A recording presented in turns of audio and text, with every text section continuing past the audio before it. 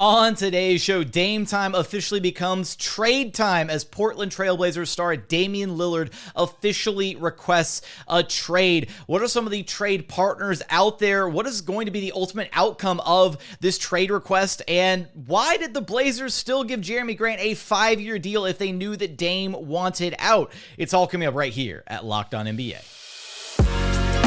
You are Locked On NBA, your daily NBA podcast. Part of the Locked On Podcast Network, your team every day. What's up and welcome to another edition of Locked On NBA, the biggest stories with the local experts. I'm your host, Jackson Gatlin, also host of Locked On Rockets right here on the Locked On Podcast Network, your team every day. Now, today's episode is brought to you by Prize Picks. So what is Prize Picks? It's daily fantasy sports, but how does it work? Basically, you pick 2 to 6 players and they score more or less than their Prize Picks projection. You can win up to 25 times back on your money on any entry that you submit. There's no competing against other people. It's just you versus the projections available. And Prize Picks offers projections on any sport that you watch. That's NBA, NFL, MLB, NHL, PGA. They've got you covered for all the action over at Prize Picks. Entries can be made in 60 seconds or less. It's that simple. They're safe. They offer fast withdrawals. Currently operational in over 30 states and Canada. So download the PrizePicks app or go to prizepicks.com to sign up and play daily fantasy sports. First-time users can receive a 100% instant deposit match up to $100 with promo code Locked On. That means if you deposit $100, PrizePicks will give you $100. If you deposit $50, PrizePicks will give you $50. So don't forget to enter promo code Locked On at sign up for an instant deposit match up to $100.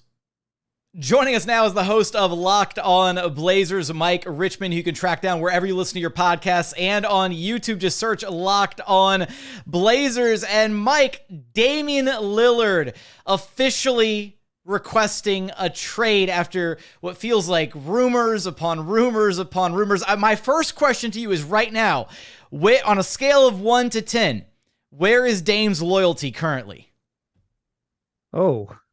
Maybe off the scale. It's probably like a 4, like he's probably below average loyalty, but in some ways he didn't want to do this. He kind of told them what to do and they didn't do it. But also like he requested a trade on Saturday morning. So we are into the new era of whatever's next, and it could take us a little while to get there.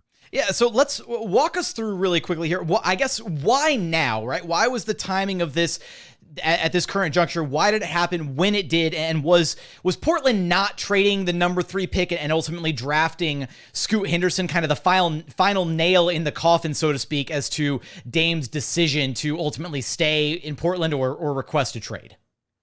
Right. So starting at exit interviews, the Blazers season ended in April, mercifully. And at exit interviews, Damian Lillard said very, very clearly, very plainly for all of us to hear, you do not need sources to figure it out. You just need access to some headphones. Maybe you can use your car speakers. He said, I'm done with 19-year-olds. If they go that route, that's not my route. And if that's what they decide to do, we will have a conversation about what's next.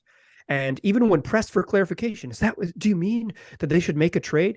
Yes, that's what I mean. They should make a big trade. He then reiterated that on an interview with ESPN2 with Stephen A. Smith on ESPN2. He then reiterated that on an interview on Showtime, in which he hypothetically considered, if I were to ask for a trade, 2 places I might consider playing are Miami and Brooklyn. So the Blazers go into the draft with marching orders. If you take a 19-year-old, you're gonna have to have a tough conversation. Not only did they draft Dame's heir apparent at 3 with Scoot Henderson, a 6'2" point guard that looks like he could be a franchise type player, they also used their other pick in the draft at 23, the 23rd pick in the draft. They didn't make any trades. They didn't add any veterans. They brought in a 19-year-old, a 23-year-old, and a 19-year-old. Well, as it turns out, that route is not his route. So then they met following the draft on Monday. Dame comes back from Paris, meets with the team, and says, hey, what the heck? And they say, we still want you to be here. We'll figure it out. He says, okay, figure it out. I'll give you a week. After the first night of free agency, all they do is give Jerami Grant a fat contract. They've made no other trades, no other additions. And Dame wakes up Saturday morning and says, okay, I want to trade. Maybe he helped Jerami Grant get paid along the way, but this was always going to be the way it went. If the Blazers chose to go this route, it wasn't going to be his route. He was clear about it. Here we are, Jackson. Okay, so and we want to get to the potential, Lillard destinations here in a minute, but the part that is so confusing to me and probably many others is why sign Jerami Grant to the 5-year, $160 million deal if you knew that Dame was getting ready to ask out? What did they think that was going to be the saving grace move? Oh, we signed. You got Jerami Grant back. You'll stay now, right, Dame? Was that the move? I mean, the messaging, quite frankly, from the Blazers has been that they still don't want to trade Dame and they want to move forward with him and they want him to be there and they're going to work out what's best for the team. And so the messaging at the time was like, if you were going to keep Dame, step one was sign Jerami Grant, right? Like that had to happen.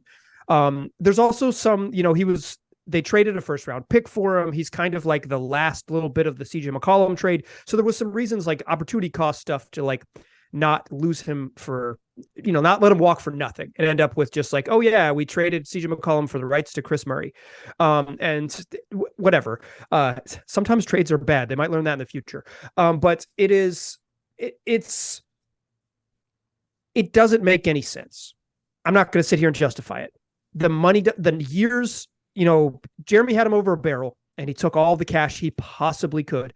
Technically, he could have taken more. That's not even close to his full max, right? He came up about 80 million short of what would have been the absolute full insano max for Jerami Grant. But he got one of the largest contracts. And if you just look at guys sort of in his realm, like the Kyle Kuzmas of the world, he got a lot more money than those dudes. And then Dame era is done. It's bizarre. It makes no sense. I don't have an explanation. What I'll say is, it's good to work with Rich Paul. I think it's good to work with Rich Paul. If you get an opportunity to work with that gentleman, I recommend it. If he's negotiating your future contracts at anything you got, Jackson, any employment opportunities, you're going to do really well. Yeah, he that man could negotiate. I don't know. He could sell water to a fish. I don't know. Ketchup popsicle to a woman in white gloves, as they said in Tommy Boy. That's a ketchup popsicle to a woman in white gloves. He got $160 million for Jerami Grant. He's going to make $36 million on his 34th birthday, right when Scoot Henderson hits free agency. So it's going to work out well for everyone. Thank you for saving me, because I was digging for an analogy and could not find. That's why you had me on. That's why you had me on. The king of analogies here, past first point guard and king of analogies over at Locked On Blazers. All right, so Dame, a lot of the signs are pointing towards the Miami Heat as Dame's preferred destination, I guess, at this point.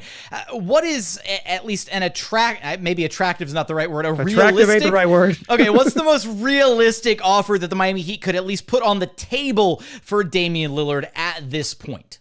So the maximum number of picks the Miami Heat are going to be allowed to trade, period, is 3. To be able to trade 3 first-round picks, period, maximum. There's no negotiating. You can't hold out for 4 because they legally can only trade you 3, and they're going to have to clear up some future pick owed to OKC even to get a 3rd pick to trade. They can trade 2 second-round picks, 2 seconds, 3 firsts, and a deal centered around Tyler Hero. Now, it could include Nikola Jovic, who, he was the first-round pick a year ago. It could include first-round pick this year, Jaime Jaquez, although he signed a contract this week, so it'll take a month. We might be in it for a month. Listen to Locked On Blazers. It's going to be a long month. It could include Kyle Lowry's expiring contract or Duncan Robinson's expiring contract. Here's the thing, though. That deal sucks. It sucks. It's bad. It's no good. Tyler Hero might be good. If you might think he's better than I do, I don't think he's particularly good. He's fine. He's a dude who can score in the league. There's some value in dudes who can score, and he's really young. He might get better. The Blazers have a bunch of young guards who can score and might get better. That's the thing they have the most of if they trade Dame. There's no value to them. The real hurdle here is that the other teams that are going to try to trade for Dame, and I'm going to talk about this on my show, so if you want to hear me talk about this at length, listen to Locked On Blazers wherever you get podcasts. The other offers suck too.